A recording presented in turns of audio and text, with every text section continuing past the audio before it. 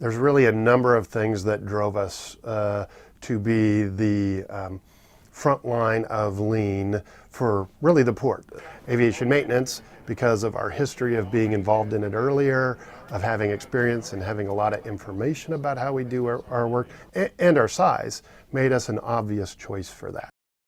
We're looking at restroom maintenance and how do we respond to those restroom maintenance calls so we can do it in a timely and efficient manner. The airport is growing at a huge rate, and if we can be more efficient in the work that we do, we can address the emerging service needs, including what's most important to our customers, which is being able to respond to restroom maintenance.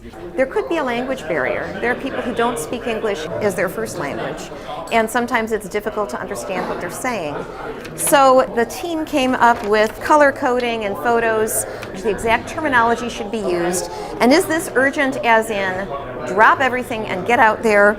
Or is this something where I can finish, the maintenance worker, can finish the thing I'm working on and then go there and address this problem? Our goal is to have the right materials at the right place at the right time for the craftspeople to do their repairs. And when it comes to maintenance, you never know when that right place and right time is going to be until something happens. We want to make sure that we're planning ahead, not just for preventive maintenance, but also for corrective maintenance.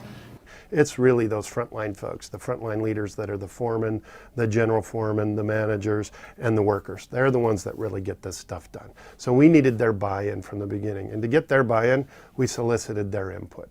And they have two things that are going on. One they identified as their emergency repair kit, and those kits will be located right by the restrooms. Then the other thing they'll have is the corrective maintenance kit. So sometimes there's something bigger, like replacing a urinal or a toilet.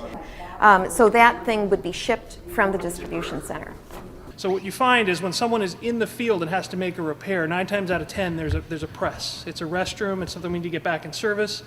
And if they have to go out into the field and then bring certain things with them, missing one item, oftentimes delays a return to service for up to 24 to 48 hours. Whereas as the DC receive things, the time element is not as important.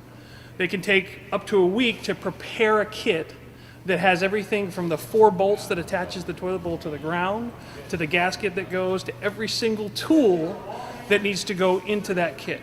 We're adjusting the distribution side of the house where we have the material, we have it staged, and it's ready for whichever of those two better fit our need. One of our efforts today is to take the 9 shelves you see here, organize those shelves, and start to move things closer so that the actual workers in this shop can prepare their kits more effectively. And we have identified the materials that will support that. We've also are looking at, again, those high use items that we can better reach, and so for the staff that's here, as they're pulling the items, that it's better situated. Then the other part is, instead of having one person who just roams the entire airport, they're looking at splitting up their work by zone. The current idea is maybe it'd be the non-secure side, and maybe the north end of the secure side and the south end of the secure side. The end result is we're hoping to have our restrooms in the best condition, day fresh at 4 a.m. as we're calling it, and it's a great goal for us. It's easy to grab onto.